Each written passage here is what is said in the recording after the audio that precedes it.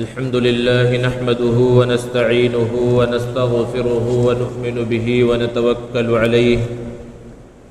ونعوذ بالله من شرور أنفسنا ومن سيئات أعمالنا من يهد الله فلا مضل له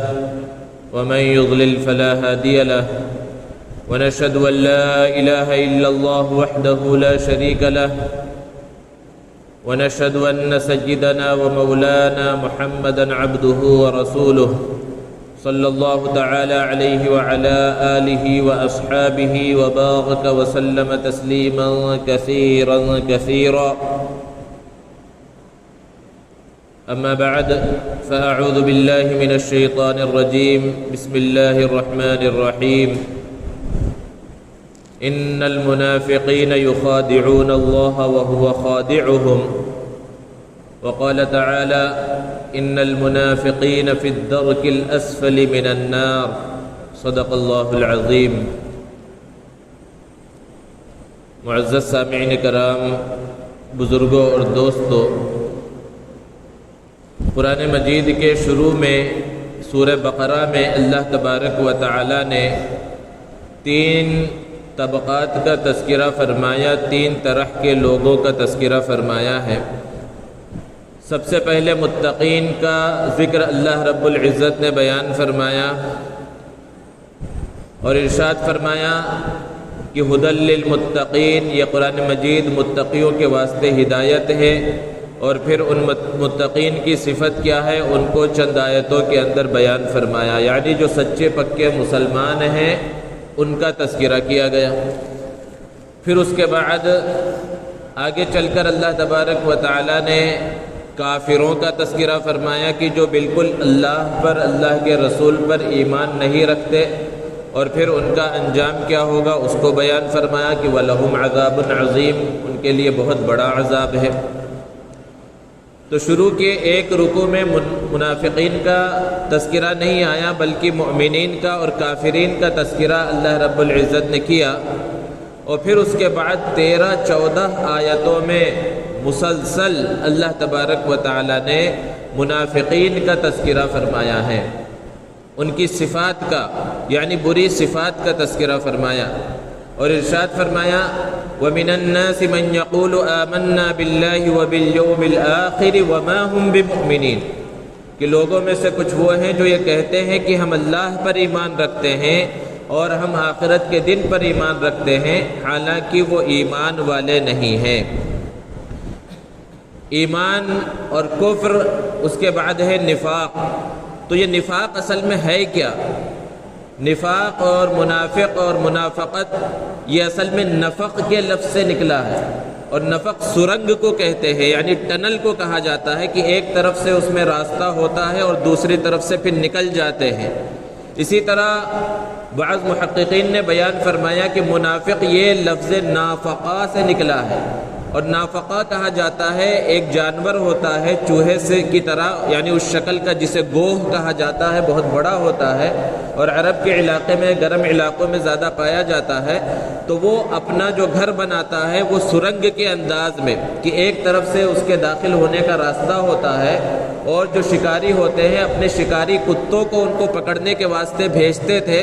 تو اس لیے وہ دوسری طرف سے بھی راستہ رکھتا ہے کہ اگر کتے ایک طرف سے داخل ہوں بھی تو وہ اپنی جان بچانے کے واسطے دوسری طرف سے نکل جائے۔ تو خلاصہ یہ ہے کہ جس کے 2 راستے ہوں اسی سے منافق نکلا، یعنی 2 منہا آدمی، 2 منہ والا منافق اسی کو کہا جاتا ہے کہ آپ کے سامنے ہے تو کسی کے بارے میں برائی بیان کر رہا ہے، جب اس کے سامنے گیا تب پھر آپ کی برائی بیان کرنا شروع کر دیا۔ سامنے کچھ، پیچھے کچھ، دل کے اندر کچھ، زبان کے اندر کچھ، یہی منافقت ہے۔ لیکن یہاں سورہ بقرہ میں جن منافقین کا تذکرہ ہوا یہ کون سے منافق تھے؟ یہ اللہ کے رسول صلی اللہ علیہ وسلم کے زمانے کے منافق تھے، اور یہ اعتقادی منافق تھے۔ منافقوں کی بھی 2 قسمیں ہیں۔ ایک تو یہ ہے کہ زبان سے ایمان کا اقرار کرے، جب لوگوں کے درمیان رہے تو کہیں کہ ہم مسلمان ہیں، جس کو اللہ نے بیان فرمایا وَإِذَا لَقُوا الَّذِينَ آمَنُوا قَالُوا آمَنَّا، ایمان والوں سے ملتے ہیں تو کہتے ہیں بھئی ہم بھی مسلمان ہیں، اور پھر وَإِذَا خَلَوْا إِلَىٰ شَيَاطِينِهِمْ قَالُوا إِنَّا مَعَكُمْ، اور جب اپنے شیطانوں یعنی اپنے ساتھیوں کے پاس جاتے ہیں تو کہتے ہیں انہیں تو ہم دھوکہ دے رہے ہیں، ہم تو تمہارے ساتھ ہیں۔ تو یہ اعتقادی منافق ہے اور اس کا ٹھکانہ تو جہنم ہی ہے۔ یہ مسلمان ہیں ہی نہیں، صرف دکھلاوے کے مسلمان ہیں۔ ان کی بری صفات کا اللہ تبارک و تعالیٰ نے یہاں تذکرہ کیا،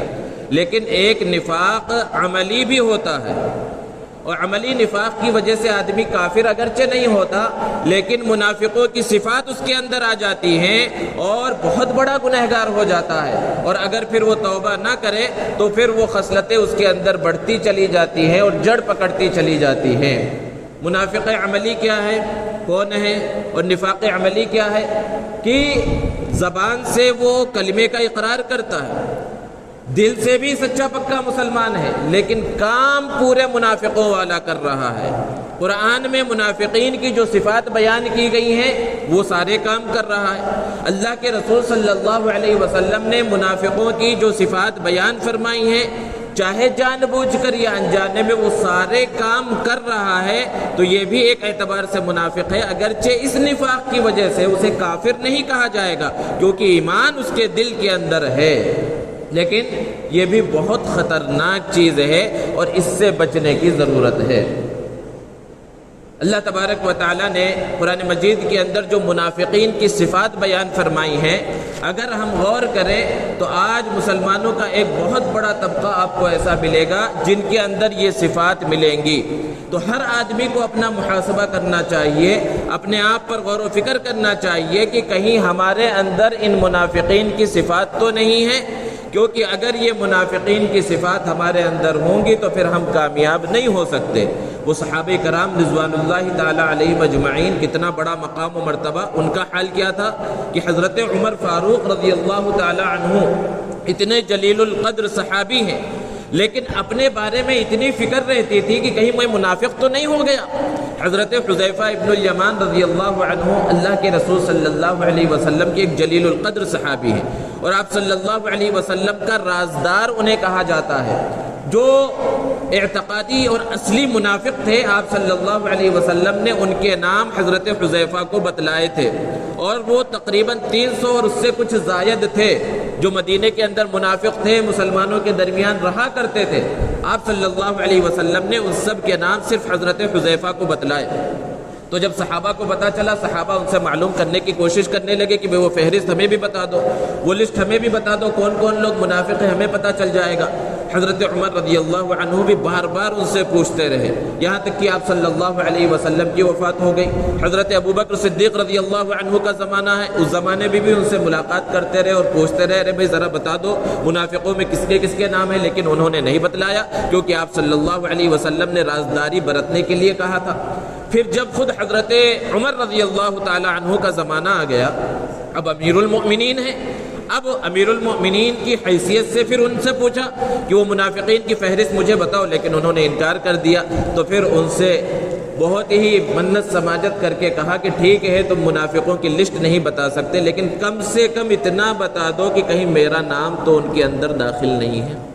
ذرا بتلائیے یہ کون کہہ رہا ہے جس کا مقام و مرتبہ یہ ہے کہ اللہ کے رسول صلی اللہ علیہ وسلم نے فرمایا کہ اگر میرے بعد کوئی نبی ہوتا تو وہ عمر ہوتے، اور اللہ کے رسول صلی اللہ علیہ وسلم نے فرمایا کہ عمر جس راستے سے چلتے ہیں شیطان اپنا راستہ بدل لیتا ہے، اور یہ سب باتیں حضرت عمر کو بھی معلوم تھی، لیکن پھر بھی اپنے آپ کے بارے میں اتنی فکر تھی۔ اور ہم اپنا محاسبہ کریں کہ اس گئے گزرے دور میں ہم ہیں، لیکن ہمارے اندر کیا وہ منافقین کی صفات ہیں یا نہیں ہیں، اور روزمرہ کی زندگی میں ہمارے اعمال کیسے ہیں، ہم ان پر کبھی غور کرنے کی فکر اور کوشش نہیں کرتے۔ اگر ہم قرآن و سنت کا مطالعہ کریں تو پتہ چلے گا منافقین کی جو صفات اللہ نے قرآن میں بیان فرمائی ہیں، ان میں ایک بڑی صفت ہے کہ وہ جھوٹ بولتے ہیں۔ قرآن میں اللہ نے بیان فرمایا ان المنافقین لکاذبون، کہ جو منافقین ہیں وہ جھوٹے ہیں۔ اور دوسری جگہ پر اللہ نے بیان فرمایا یوم یبعثهم اللہ جمیعا فیحلفون له کما یحلفون لکم ویحسبون انہم علی شیء، کہ جب اللہ تبارک و تعالی سارے لوگوں کو دوبارہ زندہ کریں گے تو جس طرح یہ آپ کے سامنے قسمیں کھاتے تھے، جھوٹی قسمیں، ایسے ہی اللہ کے سامنے بھی قسمیں کھا کر بچنے کی کوشش اور فکر کریں گے۔ لیکن وہ بچ نہیں سکیں گے۔ تو جھوٹ بولنا یہ منافقین کی ایک بہت بڑی صفت ہے۔ اب ہم اپنا محاسبہ کریں، اپنے بارے میں غور کریں کہ ہمارے اندر جھوٹ کتنا ہے، معاملات ہمارے کس طرح ہیں۔ اور اللہ کے رسول صلی اللہ علیہ وسلم نے بھی اس بات کو بیان فرمایا کہ آیت المنافق ثلاث،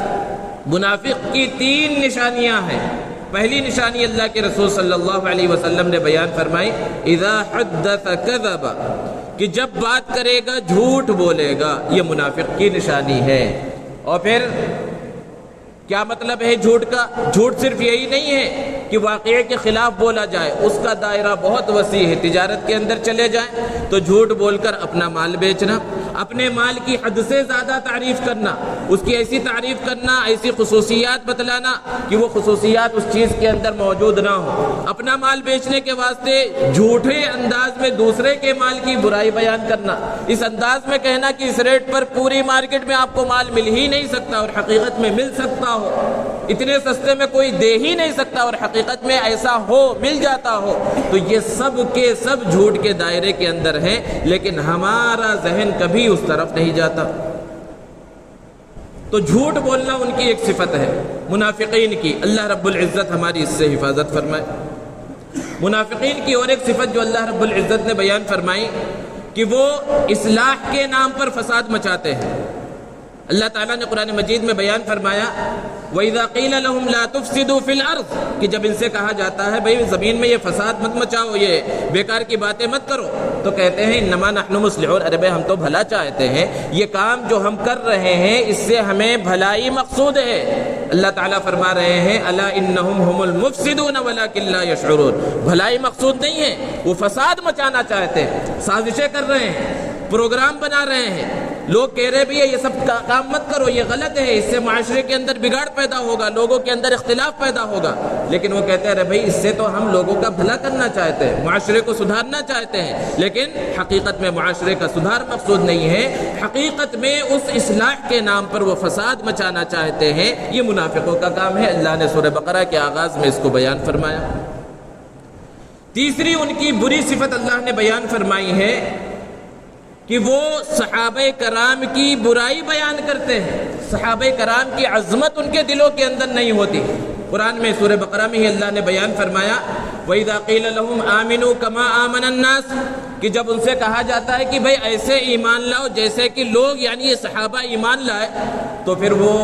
مذاق اڑاتے ہوئے کہتے ہیں کہ ہم ایسے ایمان لائے کما آمن السفہاء، جیسے یہ بے وقوف لوگ ایمان لائے، یعنی صحابہ کو بے وقوف کہتے ہیں۔ ان کے کہنے کا مقصد یہ ہوتا ہے کہ یہ تو بے وقوف ہے، پورے گھر بار کو چھوڑ کر آ گئے، ساری چیزوں کو چھوڑ دیا، کسی چیز کی فکر نہیں کی، ہمیشہ آخرت آخرت کی رٹ لگائے رہتے ہیں، یہ تو بے وقوف ہے، کیا ہم ان کے جیسا ایمان لے کر آ جائیں؟ تو یہ منافقین کا کام تھا کہ وہ صحابہ کو برا بھلا کہتے تھے۔ اب ہم آج کے زمانے کو دیکھ لیں کہ اگر کوئی کسی صحابی کے اوپر انگلی اٹھا رہا ہے تو وہ منافقوں والا کام کر رہا ہے۔ پھر اس کے بعد آگے اللہ تبارک و تعالیٰ نے بیان فرمایا ہے کہ منافقوں کا ایک کام وہ دھوکہ دینا ہے۔ سب سے پہلے وہ کسے دھوکہ دیتے ہیں؟ اللہ کو دھوکہ دیتے ہیں۔ اللہ کو تو کوئی دھوکہ نہیں دے سکتا، قرآن میں بیان فرمایا اللہ نے یخادعون اللہ، کہ وہ اللہ کو دھوکہ دیتے ہیں۔ اللہ کو دھوکہ دینے کا مطلب اللہ کے دین کو دھوکہ دیتے ہیں، اللہ کے رسول صلی اللہ علیہ وسلم کو دھوکہ دیتے ہیں، اور حقیقت میں وہ خود اپنے آپ کو دھوکہ دے رہے ہیں۔ تو دھوکہ دینے کی یہ صفت یہ منافقوں کی صفت ہے۔ اب اس کو اگر پھیلایا جائے، غور کیا جائے، تو کسی بھی اعتبار سے کسی کو بھی دھوکہ دینا یہ منافقوں کی صفت ہے۔ اب ہم غور کریں کہ مسلمان کس کس انداز میں دھوکہ نہیں دیتا، وہ تجارت کے اندر ہو، کاروبار کے اندر ہو، گھریلو معاملات کے اندر ہو، لین دین کے اندر ہو، ہر چیز کے اندر مسلمان دھوکہ دے رہا ہے۔ مسلمانوں کے بارے میں مشہور ہے کہ یہ بہت زیادہ دھوکہ دیتے ہیں، لوگ ان سے دور ہوتے جا رہے ہیں، کٹ رہے ہیں، ان کی برائیاں بیان کی جا رہی ہے۔ یہ ساری کی ساری منافقین کی صفت ہے۔ منافقوں کی یہ صفت اللہ تبارک و تعالیٰ نے یہ بیان فرمائی کہ مسلمانوں سے اتنی محبت نہیں کرتے جتنی محبت کافروں سے ہوتی ہے، یہود و نصارہ سے ہوتی ہے۔ ایک جگہ پر اللہ نے بیان فرمایا کہ بشر المنافقین بان لهم عذابا الیما،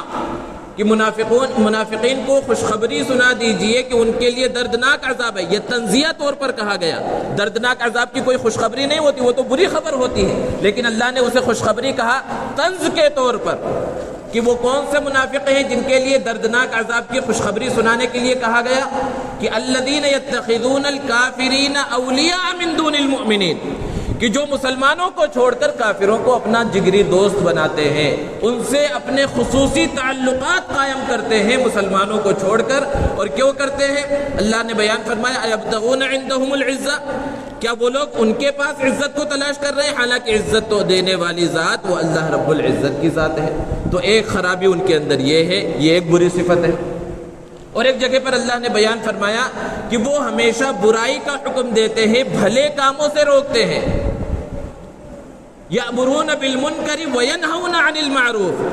برے کام کا حکم دیں گے، بھلائی کے کاموں سے روکیں گے۔ کوئی اچھا کام کرنا چاہے گا، کہیں خیر خیرات کرنا چاہے گا، صدقہ کرنا چاہے گا، تو اب اس کو آ کر کہیں گے ارے بھائی تمہارے بیوی بچے نہیں ہیں، ان کے اوپر خرچ نہیں کرنا ہے، اتنا پورا پیسہ اپنا فلاں جگہ پر لگا رہے ہو، بے وقوف ہو کیا؟ اس انداز میں روکتے ہیں۔ اور ایسے ہی منافقین کا کام تھا کہ جب مسلمان جہاد میں جاتے تھے یا جہاد کے واسطے مال خرچ کرتے تھے، یا اللہ کے رسول صلی اللہ علیہ وسلم کہیں خرچ کرنے کی ترغیب دلاتے اور صحابہ وہاں خرچ کرتے تھے، تو انہیں اسی انداز میں روکنے کی کوشش اور فکر کیا کرتے تھے۔ تو خاص طور پر انفاق فی سبیل اللہ سے روکتے تھے، اور خود تو رکے ہی رہتے تھے، وَيَقْبِضُونَ أَيْدِيَهُمْ، اپنے ہاتھوں کو روک کر رکھتے تھے۔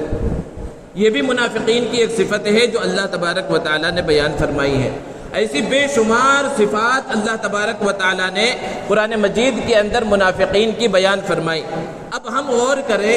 کہ ہمارا حال کیا ہے، ہم کس طرح منافقوں کے پیچھے چل رہے ہیں۔ ایک بڑی صفت اللہ تبارک و تعالیٰ نے بیان فرمائی ہے منافقین کی کہ وَإِذَا قَامُوا إِلَى الصَّلَاةِ قَامُوا كُسَالَىٰ، کہ نمازوں میں سستی کرتے ہیں۔ جب نماز کے لیے کھڑے ہوتے ہیں تو اگر پڑھنا بھی ہے تو قاموا کسالى، سست انداز میں۔ اس کی مفسرین نے کئی تفسیریں کی۔ ایک یہ ہے کہ نماز کا وقت ہو گیا، اذان ہو گئی، ٹائم بھی دیکھ رہا ہے کہ نماز کا وقت قریب آ رہا ہے، لیکن سوچ رہا ابھی چلا جاؤں گا،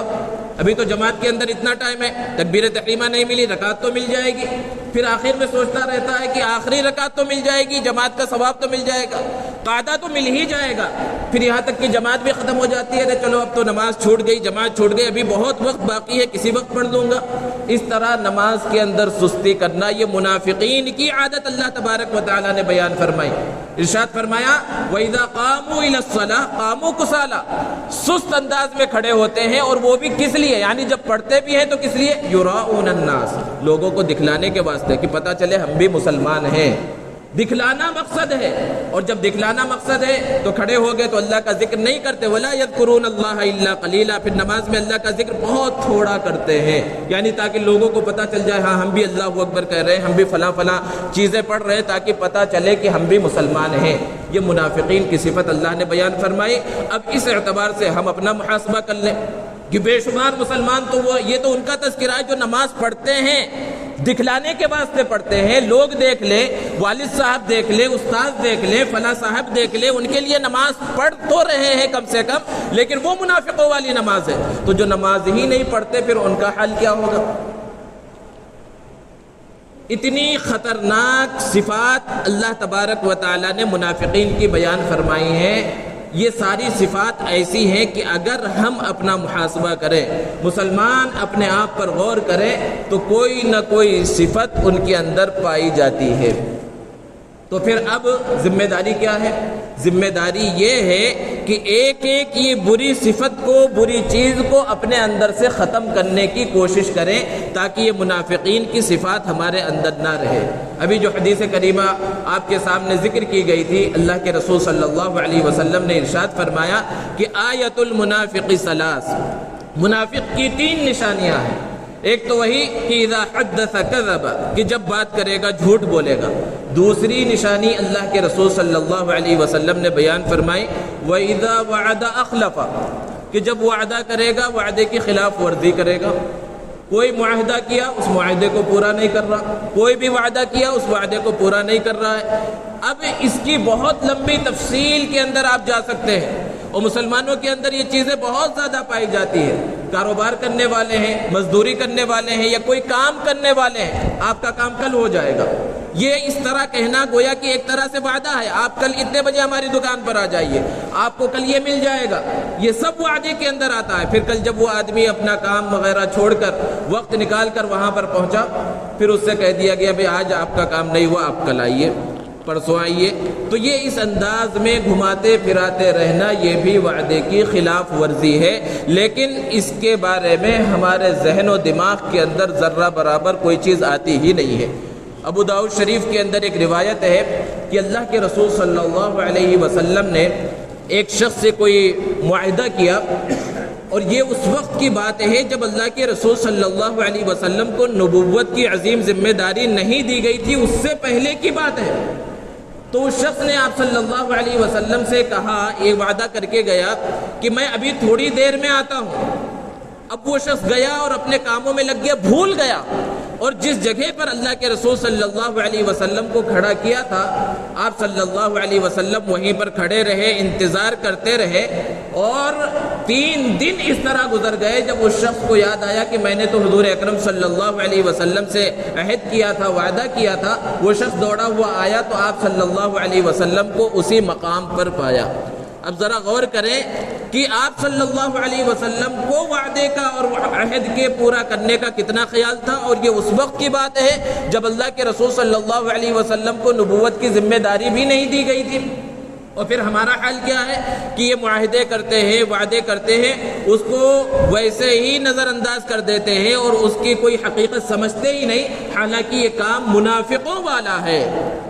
اور تیسری علامت اللہ کے رسول صلی اللہ علیہ وسلم نے بیان فرمائی، وَإِذَا اؤْتُمِنَ خَانَ، کہ جب اس کے پاس امانت رکھوائی جائے تو اس امانت کے اندر وہ خیانت کر دیتا ہے۔ کچھ پیسے رکھوائے گئے، کوئی چیز رکھوائی گئی، امانت کا مطلب ہی یہ ہے کہ جیسا دیا گیا ہے اس کو اسی انداز میں لوٹانا ہے، اسی انداز میں صحیح سلامت اس کو پہنچانا ہے۔ تو کچھ پیسے رکھوائے، اب بعد میں جب لینے کے واسطے پہنچا، کون سے پیسے؟ چونکہ کوئی گواہ نہیں تھا، صاف انداز میں مکر گیا، کون سے پیسے، کیسے پیسے، کب رکھوایا، کس کے سامنے رکھوایا، اب کوئی گواہ اس کے پاس نہیں ہے، یہ امانت کے اندر خیانت ہے۔ اور امانت کے اندر خیانت کی اور بہت ساری شکلیں ہیں، جیسے کہ آپ نے کسی سے کوئی بات کہی، کوئی اہم بات، اور اس سے کہا کہ آپ کے پاس امانت ہے، اس کو کسی کو بتلانا نہیں ہے، یہ بھی امانت کے اندر داخل ہے۔ لیکن ہمارا حال کیا ہے؟ عورتوں کے بارے میں خاص طور سے مشہور ہے، لیکن مرد بھی اس کے اندر کم نہیں ہے کہ کسی کی خاص بات پتہ چلی، اور جس کے ذریعے پتہ چلی تھی اس نے کہا تھا کہ اس کو کسی کو بتلانا نہیں، یہ اپنے دوست کو بتلائے گا کہ صرف آپ سے بتلا رہا ہوں، آپ کسی کو نہیں بتلانا۔ وہ دوسرے سے اسی انداز میں کہے گا آپ کسی کو نہیں بتلانا، اور وہ جو ایک راز کی بات رہتی ہے وہ اس طرح لوگوں کے درمیان پھیلتی چلی جاتی ہے۔ تو یہ 3 نشانیاں اللہ کے رسول صلی اللہ علیہ وسلم نے بیان فرمائی، اور ایک روایت میں ایک چوتھی چیز کا اضافہ بھی ہے۔ اللہ کے رسول صلی اللہ علیہ وسلم نے ارشاد فرمایا کہ 4 من کن فیہ کان منافقا خالصا، کہ 4 چیزیں ایسی ہیں کہ وہ 4 چیزیں جس شخص کے اندر ہوں گی وہ خالص منافق ہوگا۔ خالص منافق کا مطلب کیا ہے؟ کہ جیسے کہ خالص دودھ ہوتا ہے کہ پانی اگر نہ ملا ہوا ہو تو وہ خالص دودھ ہے۔ خالص منافق کا مطلب یہ ہے کہ ایمان کا کوئی ذرہ اس کے اندر ملا ہوا نہیں ہے، تو وہ بالکل سچا پکا منافق ہے، خالص منافق ہے۔ تو وہ 4 چیزیں کیا ہیں؟ 3 یہی چیزیں، اور چوتھی چیز اللہ کے رسول صلی اللہ علیہ وسلم نے بیان فرمائی، وَإِذَا خَاصَمَ فَجَرَ، کہ جب بھی کسی سے جھگڑا ہو جائے، کچھ اونچ نیچ ہو جائے، بس گالم گلوچ پر اتر جائے گا، گالی اپنی زبان سے نکالے گا، یہ منافق کی نشانی ہے۔ اور آج ہم مسلمانوں کے معاشرے کو دیکھ لیں کہ کس طرح گالی ان کی زبان پر رہتی ہے، ماں بہن کی گالیاں اور گندی گندی گالیاں، اور بسا اوقات تو وہ خیال نہیں کرتے کہ کس جگہ پر موجود ہیں، ان کے چھوٹے چھوٹے بچے ہیں، عورتیں موجود ہیں، وہاں بھی ان چیزوں کا خیال نہیں کیا جاتا اور گالیاں زبان سے نکالی جاتی ہیں، جبکہ اللہ کے رسول صلی اللہ علیہ وسلم نے اتنی سخت بات بیان فرمائی ہے کہ جس کے اندر یہ برائی ہوگی وہ خالص منافق ہوگا۔ پھر آگے اللہ کے رسول صلی اللہ علیہ وسلم نے بیان فرمایا کہ 4 چیزیں ہیں تب تو خالص منافق ہے، لیکن اگر ان میں سے کوئی ایک صفت ہے تو گویا کہ نفاق کا اتنا حصہ ہے، یعنی اگر جھوٹ میں سے، وعدہ خلافی میں سے، امانت میں خیانت کرنے میں سے، اور اسی طرح گالم گلوچ اس کی زندگی کے اندر ہے، تو اگر ان 4 چیزوں میں سے صرف ایک چیز اس کے اندر ہے تو گویا کہ 1/4 یعنی 1/4 نفاق اس کے اندر موجود ہے۔ اور اللہ کے رسول صلی اللہ علیہ وسلم نے بیان فرمایا کہ اگر 2 چیزیں اس کے اندر موجود ہے تو گویا کہ وہ آدھا منافق ہے، 4 میں سے 3 چیزیں موجود ہیں تو گویا کہ وہ 12 آنے، یعنی 1 روپے میں سے 12 آنے وہ منافق ہے، صرف 4 آنے اس کے اندر ایمان بچا ہوا ہے، اور جس کے اندر چاروں یہ صفات موجود ہیں گویا کہ وہ سچا پکا بالکل منافق ہے، ایمان کی کوئی چیز اس کے اندر نہیں ہے۔ اب ہم بار بار جو ذکر کیا جا رہا ہے کہ اپنا محاسبہ کریں، غور کریں کہ یہ چیزیں ہمارے معاشرے کے اندر، مسلم معاشرے کے اندر اتنی زیادہ پھیلی ہوئی ہیں کہ ان کو برائی سمجھا ہی نہیں جاتا، جبکہ اللہ تبارک و تعالیٰ نے قرآن مجید میں بیان فرمایا سنعذبهم مرتين کہ منافقوں کو ہم 2 گنا عذاب دیں گے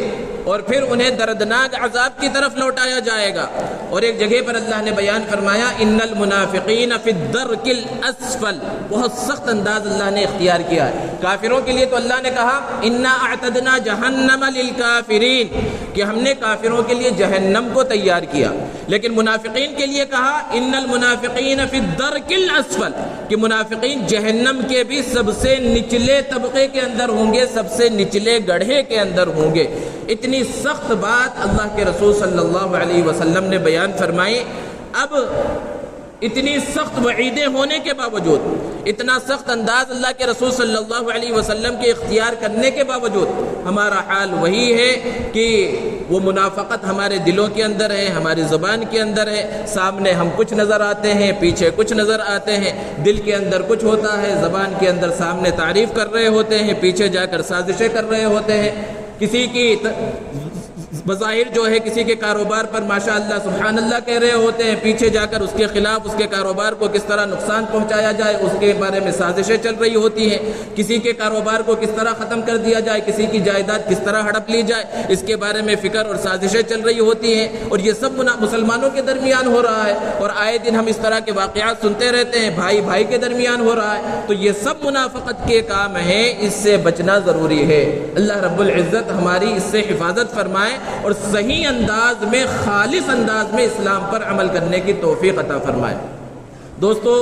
چند جمعے پہلے آپ کے سامنے وقف کے بارے میں اور اوقاف کے تحفظ کے بارے میں ذکر کیا گیا اور پوری تفصیل سے بات ذکر کی گئی کہ وقف کی کیا اہمیت ہے اور اسلام میں اوقاف کا کیا مقام و مرتبہ ہے، اور پھر ملک کے حالات کیا چل رہے ہیں کہ موجودہ حکومت نیا قانون لانے جا رہی ہے، اور وہ قانون بنانے کے واسطے وہ بل جو ہے پارلیمنٹ کے اندر پیش بھی کیا گیا، اور اگر وہ بل پاس ہو جاتا ہے تو جیسا کہ آپ بارہا سن رہے ہیں، ہر طرف یہ بات چل بھی رہی ہے کہ پھر جو اوقاف ہیں مسلمانوں کے، جو کروڑوں اربوں کی مالیت کے ہیں، اس کے اوپر حکومت جب چاہے قبضہ کر سکتی ہے، اور پھر بہت بڑا نقصان اوقاف کو ہونے والا ہے، اوقاف کا تحفظ خطرے کے اندر پڑ جائے گا۔ تو بہت سے ممبران پارلیمنٹ کے مضبوط آواز اٹھانے کی وجہ سے وہ بل فوراً پاس تو نہیں ہو سکا، لیکن وہ ٹھنڈے بستے میں بھی نہیں ڈالا گیا، بلکہ وہ جوائنٹ پارلیمانی کمیشن کے پاس بھیج دیا گیا ہے، جے پی سی جسے کہا جاتا ہے، اور وہاں پھر یہ جے پی سی نے یعنی جوائنٹ پارلیمانی کمیشن نے پھر ہندوستان میں بسنے والے لوگوں سے رائے طلب کی ہے، اوقاف کے سلسلے میں رائے طلب کی ہے کہ آپ یہ جو وقف بل پیش کیا جا رہا ہے 2024 کا، اس کے بارے میں آپ کی کیا رائے ہے، کیا یہ بل پاس ہونا چاہیے یا نہیں ہونا چاہیے؟ گویا کہ عوام سے رائے مانگی جا رہی ہے۔ تو ایسے نازک موقع پر مسلم پرسنل لا بورڈ نے اور دیگر تنظیموں نے مسلمانوں سے یہ خواہش کی ہے کہ ہم اس کے اندر ضرور حصہ لیں اور اپنی رائے جے پی سی تک پہنچانے کی کوشش کریں، اور اس کا طریقہ بہت آسان ہے۔ آج کل ہر ایک کے پاس سوشل میڈیا ہے، موبائل ہے، تو سوشل میڈیا اس کے پاس موجود ہے، ہر گروپ کے اندر یہ چیز آ رہی ہے۔ مسلم پرسنل لا بورڈ کی طرف سے ایک بار کوڈ جو ہے لانچ کیا گیا ہے اور وہ گروپوں کے اندر بھیجا گیا ہے، اور پھر ہمارے مسجد کے ذمہ داروں سے بھی یہ گزارش ہے کہ اس کا ایک زیراکس نکال کر مسجد کے دروازوں کے پاس لگا دیا جائے کہ اس کو صرف ایک بار اسکین کرنا ہے، فوراً وہ آپ کے جی میل اکاؤنٹ تک پہنچائے گا، اور صرف سینڈ کرنے کا ایک بٹن دبانا ہوگا، اور آپ کی یہ رائے کہ میں اس قانون کو یعنی یہ قانون جو آپ بنانا چاہتے ہیں اور یہ وقت جو بل پیش کیا جا رہا ہے میں اس کے خلاف ہوں، میں اس کو پسند نہیں کرتا، یہ آپ کی رائے ہے، جو وہ مانگ رہے ہیں وہاں تک یہ پہنچ جائے گی۔ اور مسلمانوں سے اس سلسلے میں اپیل کی گئی ہے کہ کم سے کم ہم اتنا تو کر سکتے ہیں باقی اسباب کے درجے میں ہم سے جتنا ہو سکے وہ کریں، باقی اللہ رب العزت کی مرضی ہے، اللہ کے حکم کے بغیر، اللہ کے فیصلے کے بغیر کچھ بھی ہونے والا نہیں ہے۔ اللہ تبارک و تعالی ہم سب کو صحیح انداز میں عمل کرنے کی توفیق عطا فرمائے۔ وآخر دعوانا الحمد للہ رب العالمین۔